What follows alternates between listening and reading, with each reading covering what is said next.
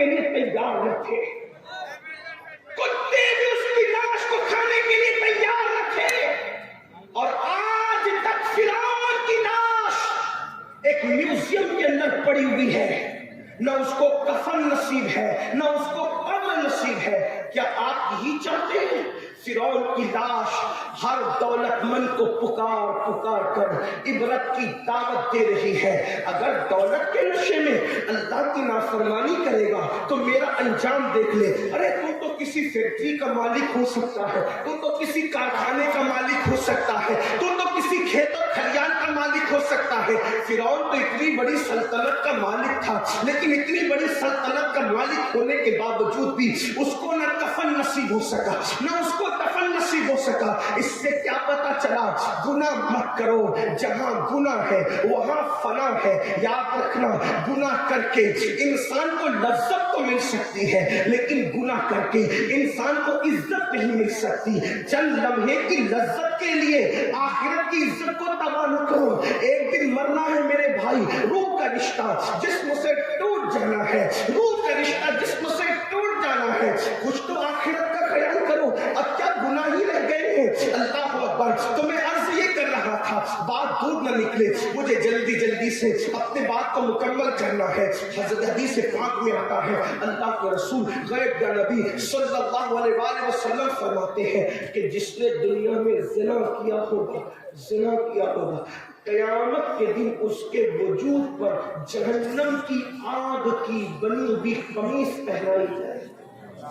جہنم کی آگ کی بنی ہوئی قمیص جب اس کے وجود پر رکھی جائے گی، یہ میں اپنی طرف سے لے کے رہا ہوں، اس حدیث کو فقیہ عبداللہ سمرقندی نے اپنی کتاب میں لکھا ہے۔ اللہ اکبر۔ جہنم کی آگ کی بنی ہوئی قمیص جب اس کے بدن پر پہنائی جائے گی تو اس کی ہڈیاں ٹوٹ جائے گی، اس کی ہڈیاں ٹوٹ کر بکھر جائے گی۔ اللہ اکبر۔ آپ مجھے بتائیں نا میرے بھائیوں، کیا ہمارے جسم میں اتنی طاقت ہے کہ جہنم کی آگ کی بنی ہوئی قمیص پہنے؟ اللہ۔ ابھی سردی کے دن ہے، جو انسان کا بدن سردی برداشت نہ کر سکے، جو انسان کا بدن مئی کی گرمی برداشت نہ کر سکے، وہ انسان کا بدن اللہ اکبر وہ جہنم کی آگ کی بنی ہوئی قمیص کو کیسے برداشت کر سکے گا؟ اللہ۔ اس لیے گناہ کبیرہ سے بچو، بڑے گناہوں سے بچو۔ یقیناً زندگی میں کبھی ایک موقع ایسا آتا ہے انسان پر کہ آپ گناہ کرنا چاہیں گے، گناہ کا پورا ماحول ہوگا، کوئی روکنے والا نہ ہوگا، کوئی ٹوکنے والا نہ ہوگا، کوئی منع کرنے والا نہ ہوگا، لیکن یاد رکھنا، یہ سوچ کر گناہ چھوڑ دینا کہ میرا اللہ مجھے دیکھ رہا ہے، بس یہ سوچ کر اللہ دیکھ رہا ہے۔ یاد رکھیں، اپنے جیسا انسان دیکھے ہم گناہ نہیں کرتے، اللہ دیکھ رہا ہے ہم گناہ کیوں کرتے ہیں۔ اپنے ابا دیکھیں، ہم ان کے سامنے سگریٹ نہیں پیتے، اللہ دیکھ رہا ہے۔ زنا کیسے کر لیتے ہیں، اللہ اکبر۔ پیر صاحب دیکھ رہے ہیں تو کھڑے ہو کر کے پانی نہیں پیتے، اور اللہ دیکھ رہا ہے تو بدکاری کر لیتے ہیں۔ یعنی کہ انسان جتنا اپنے پیر کا احترام کرتا ہے اتنا بھی اللہ کی عزت نہیں کرتے، اتنا بھی اللہ کا احترام نہیں کرتے۔ قرآن اسی لیے تو کہتا ہے وما قدر اللہ حق قدری، کہ تم نے اللہ کی ایسی عزت نہیں کی، تم نے اللہ کی ایسی قدر نہیں کی جیسا کہ اس کی قدر کرنے کا حق ہے۔ اپنے جیسا انسان دیکھے، بلکہ بڑھ کے کہوں، اگر کسی آفس پر لگا ہوا ہو کہ آپ CCTV کیمرے کی زد میں ہے، یعنی CCTV کیمرے یہاں لگے ہوئے ہیں، تو آدمی گٹکا کھا کر وہاں تھوکنا بھی پسند نہیں کرتا۔ کیوں؟ اس لیے کہ میں CCTV کیمرے کی زد میں ہوں۔ اگر پان کھانے والا پان کھا رہا ہے اور CCTV کیمرے کی زد میں ہو تو اللہ کو اکبر، آدمی پان کو وہاں نہیں تھوکتا۔ کیوں؟ اس لیے کہ CCTV کیمرے کی زد میں ہے، کیونکہ CCTV کیمرے کی زد میں ہوں تو یہ ضرور دیکھا جائے گا کہ امین القادری آفس پہ چڑھتے ہوئے کیا کر رہا تھا، اترتے ہوئے کیا کر رہا تھا۔ اے نادان انسان، اپنے جیسے انسان کے لگائے ہوئے کیمرے کے سامنے تو ہے تو تو اتنی احتیاط کر رہا ہے کہ تو پان کو بھی نہیں تھوک رہا ہے، تو گٹکے کو بھی نہیں تھوک رہا ہے، اور تجھے ہر وقت، ہر گھڑی، ہر لمحہ، آٹو پہر 24 گھنٹہ تیرا اللہ تجھے دیکھ رہا ہے۔ کیا خیال ہے تیرا؟ ان اللہ کان علیکم رقیبا، اللہ تجھ پر کڑی نگرانی کر رہا ہے۔ اللہ کو اکبر۔ آج آپ کو بتاؤں، ایک مرتبہ میرے اور آپ کے آقا سچے نبی صلی اللہ علیہ وآلہ وسلم نے فرمایا، اے میرے صحابہ، جہنم کے اندر ایک وادی ہے، اب ذرا توجہ سے سننا۔ دوسرے کبیرہ گناہ کی طرف آتے ہیں، اور تیسرے اس میں 2 گناہوں کا ذکر ہوگا۔ میرے اور تمہارے